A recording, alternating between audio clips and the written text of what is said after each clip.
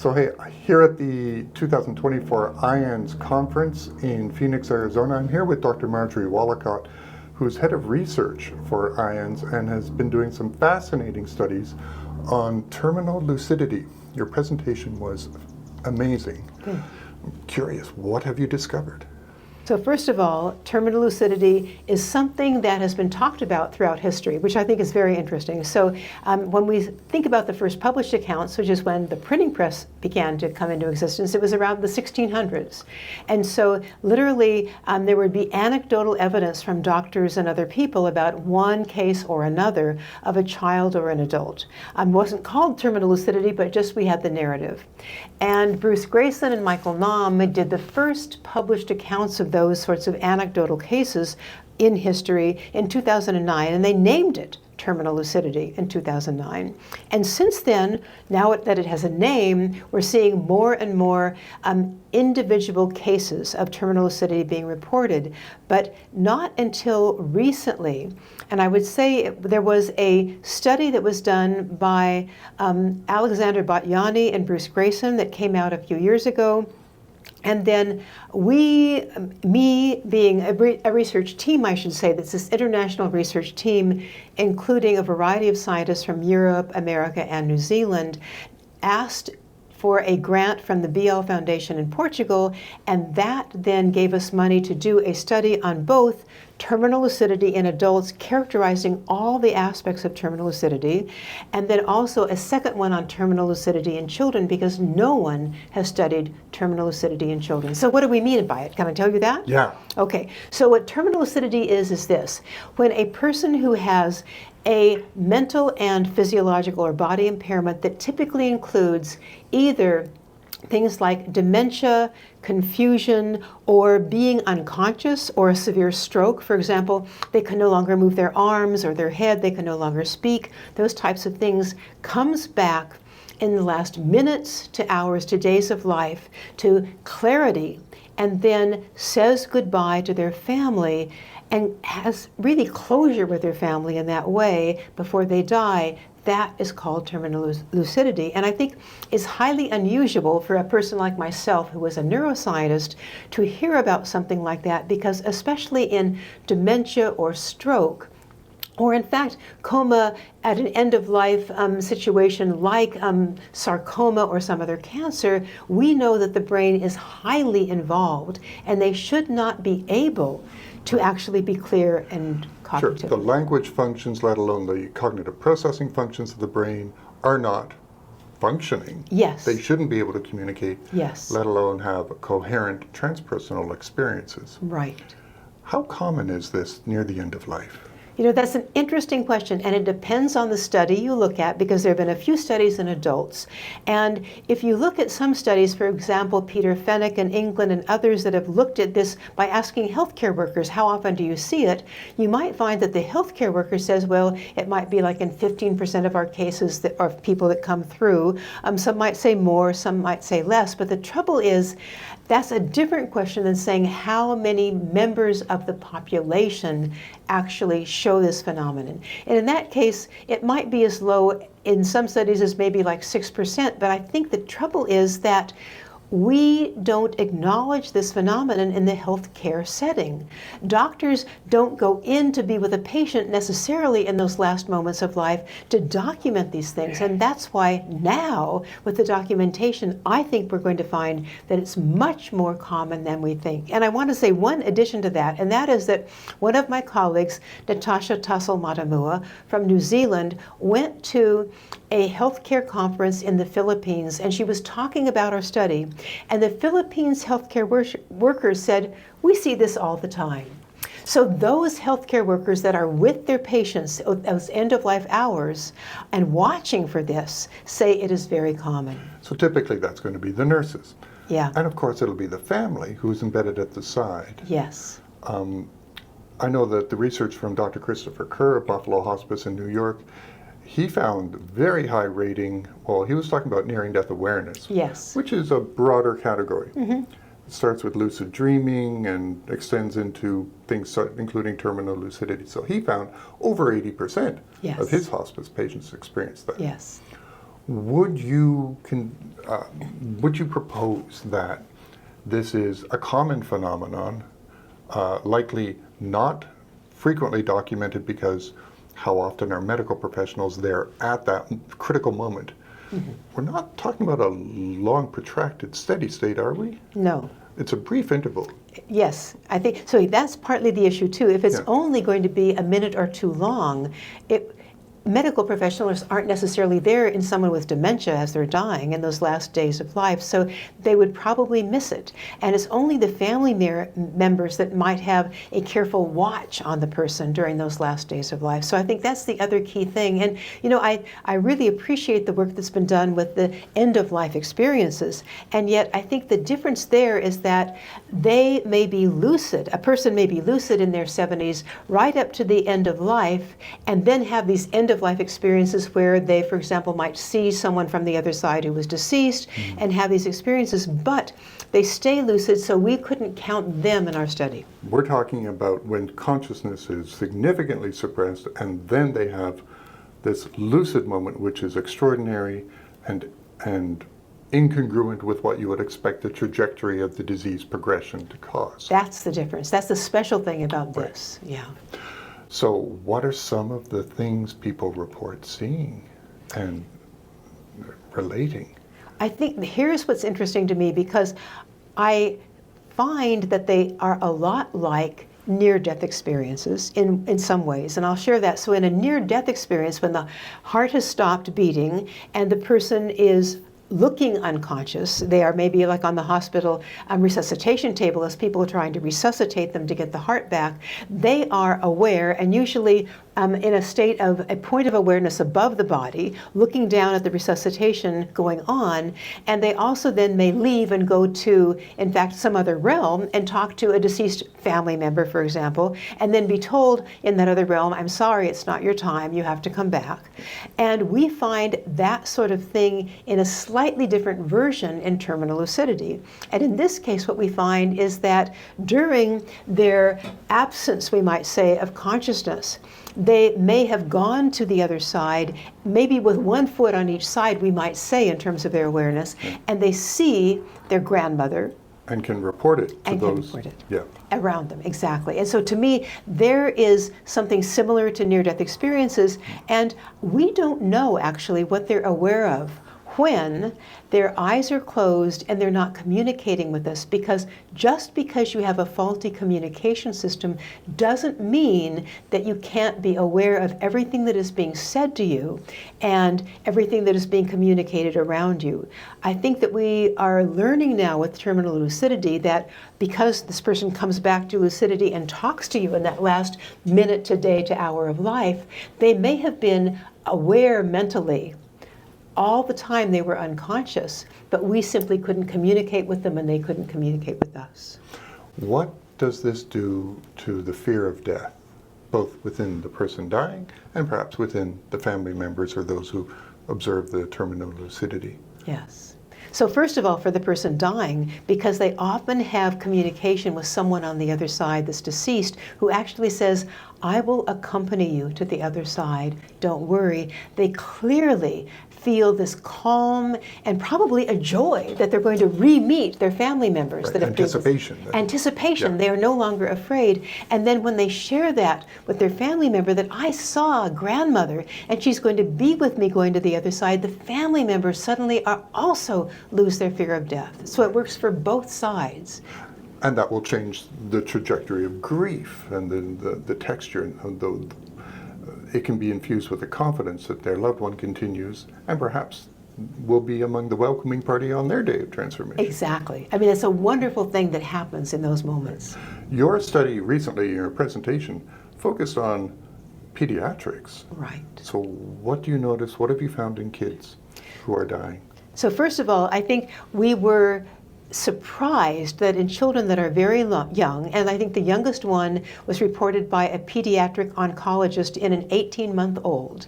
That 18-month-old child literally, first of all, I should say that one of the key issues was that the parents were counseled by the pediatric oncologist when the child was clearly moving toward passing away, that they really might reconsider the whole issue of resuscitation orders, because if the child's heart stops beating and there you are trying to resuscitate them when it now should be the time for a peaceful transition, you are changing the experience for the parents and the child of that end of life. And so they went ahead and said, okay, we're going to modify the orders to be a do not resuscitate.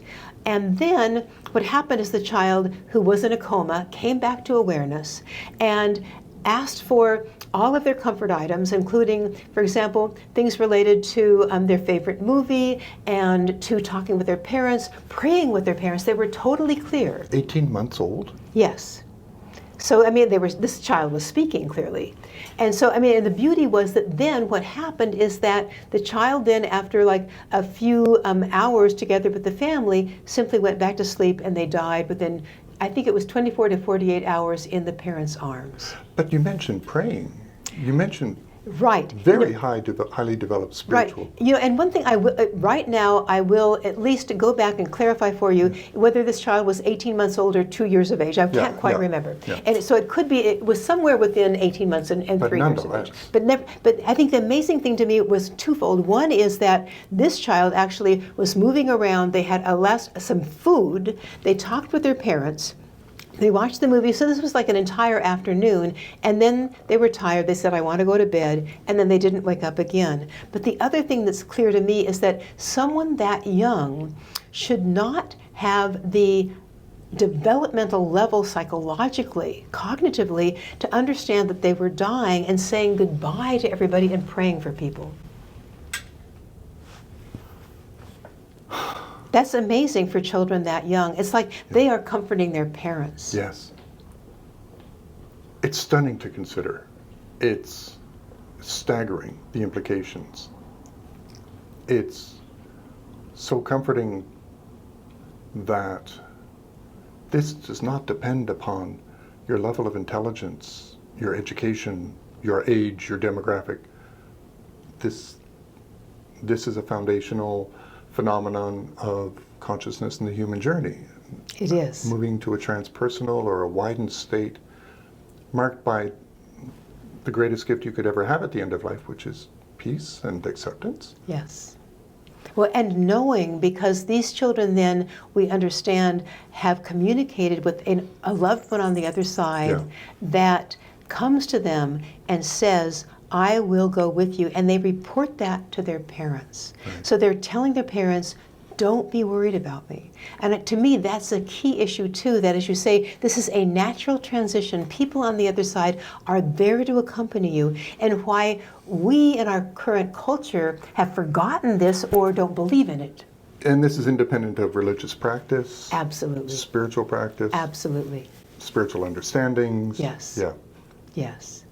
And I should say that when I say independent, absolutely not completely, because in one of those cases I reported today, it was a 16-year-old girl that in those last moments of her life, when the doctor was by her bedside, he said to her, what are you seeing? And she said, I'm seeing this light.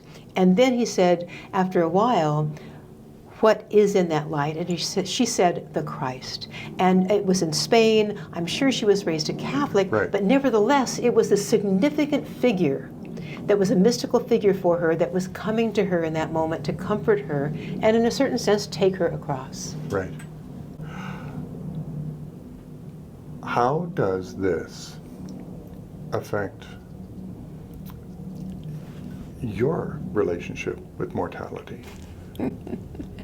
It makes me overjoyed. My heart overflows with doing this research, and that's one of the reasons that I'm doing the research. And I should say that the reason that I'm doing it actually is because back in the IANDS meeting, and I think it was maybe 2014, there was a presentation by Alexander Battiani from Austria.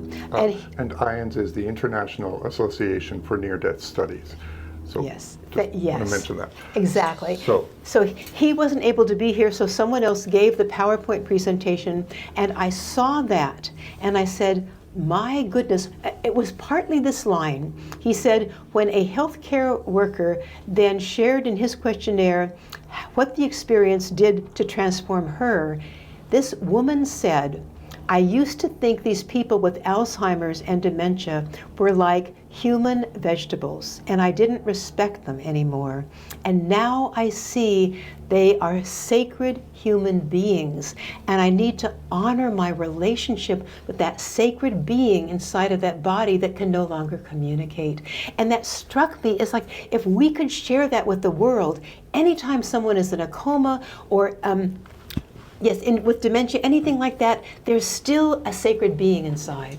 Yes, and to speak to them as such with the assumption, the hope, the trust that they can hear you, perhaps they can even know what you're feeling and thinking, and there's a connection far beyond the material, right, from which we emanate and are sustained and return to. The other reason, though, that I'm also interested in it is I am a neuroscientist. I've done that for most of my career. And when I have seen now in the research studies that are out there an Alzheimer's brain that is in a person close to death, and or at autopsy, you see that it is impossible for that Alzheimer's brain to look like it could function. And that's why people are often totally disoriented and cannot speak, cannot remember. And then when you see that in the last minutes to hours to days of life, a person with that type of a brain comes back to total lucidity, my neuroscientist lens says, really?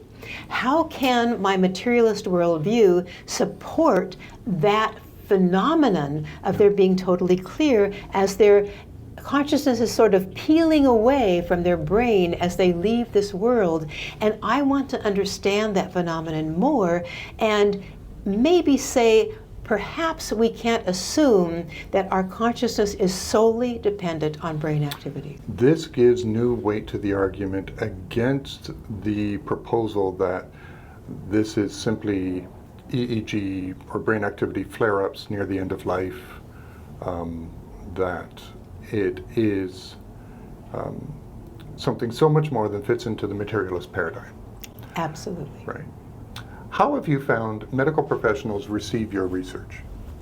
It depends on the medical professional, of course. So, I mean, the one person that was this wonderful oncologist, pediatric oncologist who was at the University of Virginia, his name is Philip Roars, is the one that gave us 3 cases because he was at the bedside of these children in the hospital, often in intensive care, and he had a spiritual orientation and he wanted to help the parents have these ending moments with the child before they passed. And so he, of course, was incredibly receptive. However, when we asked various parents to fill out these questionnaires related to the end-of-life terminal lucidity in their children, they mentioned that the nurses were very receptive and, in fact, tuned in to what was going on to the child in the end of life. But in one case, the mother said their pediatric oncologist, a woman, was very anxious and nervous about all of this because I think it was so stressful for her in her materialist mentality to watch the children die. Right, to lose a patient. So yes. There was the burden of her good heart, unable to reconcile the loss of the patients with this ultimate hope that didn't fit into the framework of her reality, but certainly was a seed that who knows how that grows. Exactly. Your book is called Infinite Awareness, and the subtitle is The Awakening of a Scientific Mind. Can you give us a brief summary? It's a fantastic book.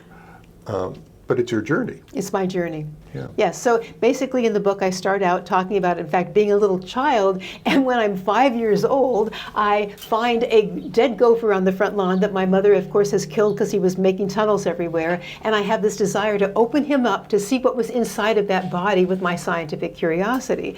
That led to my becoming a scientist and a neuroscientist. Yeah. But then all of my teachers in graduate school said, your brain is the sole producer of consciousness, and therefore you have to understand that that is reality. And before I had been intrigued and wondering whether we might have a soul somewhere in our human being and how one could access that soul. They, of course, said, that's a strange question to ask, forget that. And so I became this young neuroscientist, until at a point when I was 30 years old, my sister, who was interested in meditation, invited me for my birthday to a meditation retreat with an Indian meditation master in fact, the Catskill Mountains of New York. And I was curious, but I was skeptical. I'm a neuroscientist, and I was told, this is a materialistic world. But I went, and in that first meditation, we were told he was going to come around and initiate every human there, every person there. And so I thought, well, okay. And what happened was that he touched me between my eyes and on the bridge of my nose. And though my eyes were closed, my senses were fully engaged. So what I experienced was a feeling like an electric current or a mini lightning bolt going from that place where he touched me down to the center of my chest, right to my heart. And I knew at that point it wasn't my physical heart, but more than a heart than I'd ever experienced. And I felt this love begin to radiate outward, filling my whole being and beyond. And the words that came to mind were, I'm home, I'm home. My heart is my home. No scientific analysis, just, oh, this is the home I've been looking for all my life. And the next morning, I woke up at 5 a.m. and I meditated. And I've been doing it ever since because I knew at this deep level that just below my surface chatter of my mind was this place of deep peace and love that I could contact now. So don't wait till the end to cram for your exam. Practice full presence. It is shocking how we spend a great deal of energy avoiding ourselves. And to fully show up with what is within and just allow and open to it. It's not about knowledge and understanding, it's about experience. What an experience you've shared. I'm so grateful for the research.